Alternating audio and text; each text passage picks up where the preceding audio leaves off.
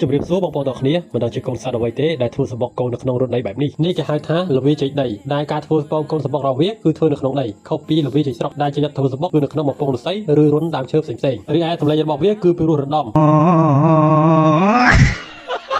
មិនចាញ់នឹងល្វីចេកស្រុកប៉ុន្មានទេសម្លេងរបស់វាបើសិនជាអ្នកចេះស្ដាប់ប្រកបជាដឹងអត្ថន័យរបស់វាគឺវាកំពុងតែបំពេកូនឲ្យគេលក់ឲ្យមិនបងអងយូរខ្ញុំស្ដាប់ភាសាឲ្យបានខ្ញុំក៏ស្វែងរកមើលផ្ទះសម្បុកវានៅទីណា Oh my god